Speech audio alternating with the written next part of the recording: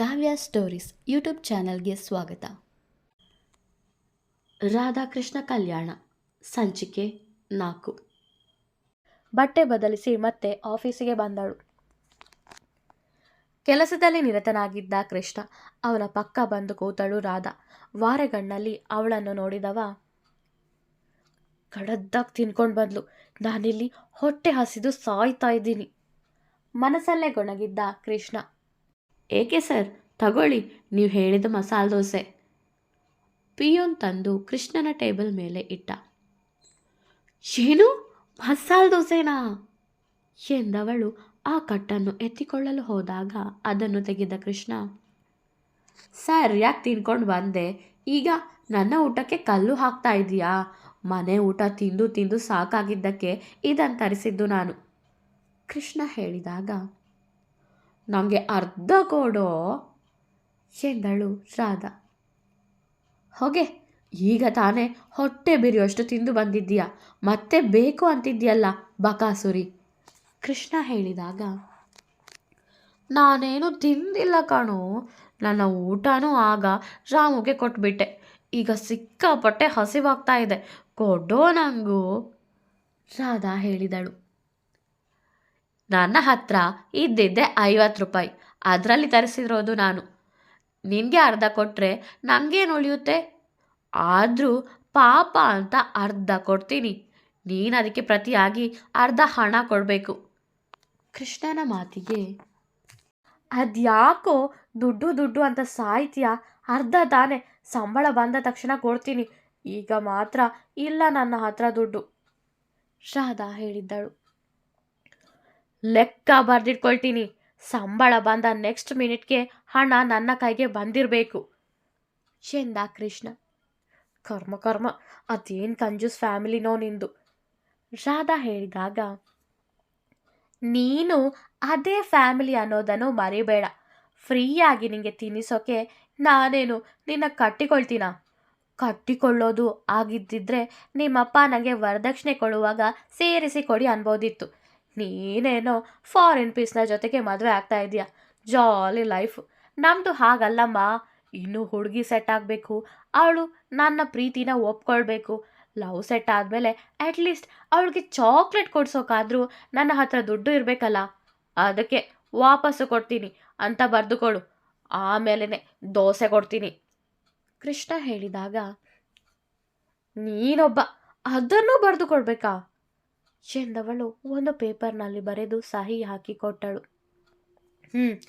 ಈಗ ಈ ಮಸಾಲೆ ದೋಸೆನ ಕರೆಕ್ಟಾಗಿ ಕಟ್ ಮಾಡು, ಕೃಷ್ಣ ಹೇಳಿದಾಗ ರಾಧಾಗಿ ತುಂಡರಿಸಿ ಅವನಿಗೆ ಅರ್ಧ ಕೊಟ್ಟು ತಾನು ತಿನ್ನಬೇಕಾದರೆ ತಲೆಗೆ ಹತ್ತಿತ್ತು. ತಲೆಗೆ 2 ಏಟು ಬಡಿದವ, ಲೇ ತಗೋ ನೀರು ಕೊಡಿ, ನೀರಿನ ಬಾಟಲ್ ಮುಂದೆ ಇಟ್ಟು ಹೇಳಿದ್ದ ಕೃಷ್ಣ. ಬೇಡ, ಆಮೇಲೆ ಇದಕ್ಕೂ ಚಾರ್ಜ್ ಹಾಕ್ತೀಯ ನೀನು ಎಂದವಳು ತಾನೇ ಸುಧಾರಿಸಿಕೊಂಡು ತಿಂದಳು. ಬುದ್ಧಿವಂತೆ ಎಂದವ ತಿನ್ನತೊಡಗಿದ್ದ. ಸಂಜೆ 6 ಗಂಟೆಯಷ್ಟೊತ್ತಿಗೆ ಎಲ್ಲರೂ ಮನೆಗೆ ಹೊರಟರು. ಕೌಶಲ್ಗೆ ರಾಧಾ ಮೇಲೆ ಕೋಪ ಇದ್ದುದರಿಂದ ಅವಳ ಜೊತೆಗೆ ಮಾತನಾಡದೆಯೇ ಮನೆಗೆ ಹೋದ. ರಾಧಾ, ಕೃಷ್ಣ, ಕೆಲಸ ಆಗಲಿಲ್ಲ ಅಂದರೆ ನಾಳೆ ಬೆಳಗ್ಗೆ ಬಂದು ಮಾಡಿ, ಈಗ ಮನೆಗೆ ಹೋಗಿ, ರಾಜಶೇಖರ್ ಹೇಳಿದಾಗ, ಇನ್ನು ಸ್ವಲ್ಪ ಇರೋದು ಅಂಕಲ್, ಮುಗಿಸಿನೇ ಹೋಗ್ತೀವಿ ಎಂದ ಕೃಷ್ಣ. ಸರಿ ಎಂದ ರಾಜಶೇಖರ್ ಮನೆಗೆ ಹೋದರು. ನಾಳೆ ಬೆಳಗ್ಗೆ ಬಂದು ಮಾಡ್ಬೋದಿತ್ತಲ್ಲ, ಅದ್ಯಾಕೆ ಮಾಡಿನೇ ಹೋಗ್ತೀನಿ ಅಂದೆ? ಇಡೀ ಆಫೀಸ್ನಲ್ಲಿ ನಾವಿಬ್ಬರೇ ಇರೋದು, ನನಗೆ ಭಯ ಆಗುತ್ತೆ, ರಾಧಾ ಹೇಳಿದಾಗ, ಭಯಕ್ಕೆ ಭಯ ಪಡಿಸೋಳು ನೀನು?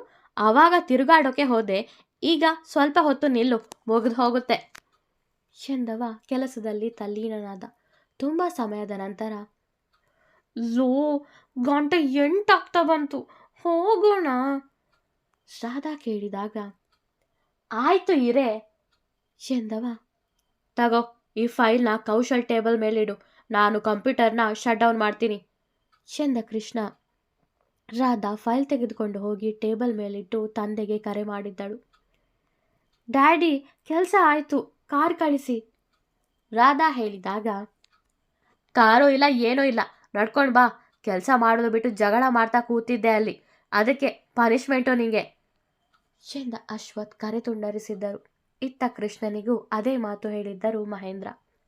ಇಬ್ಬರು ಆಫೀಸಿನಿಂದ ಹೊರಗಡೆ ಬಂದರು.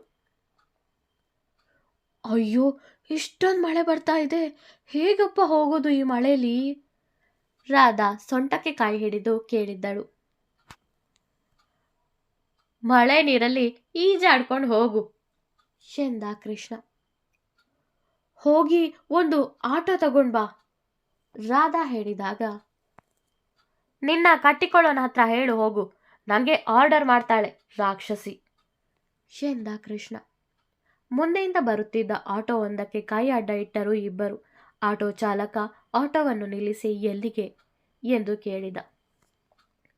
ಅಣ್ಣ, ಆರ್.ಕೆ. ನಗರ ರಾಧಾ ಹೇಳಿದಾಗ, ಅಣ್ಣ ಬಿ.ಕೆ. ನಗರ ಎಂದ ಕೃಷ್ಣ. ಎರಡೂ ವಿರುದ್ಧ ದಿಕ್ಕಿನಲ್ಲಿದೆ, ಯಾರಾದರೂ ಒಬ್ರು ಬನ್ನಿ ಚಾಲಕ ಹೇಳಿದಾಗ, ನಾನು ಬರ್ತೀನಿ ಅಣ್ಣ. ರಾಧಾ ಆಟೋ ಹತ್ತಲು ಹೋದಳು.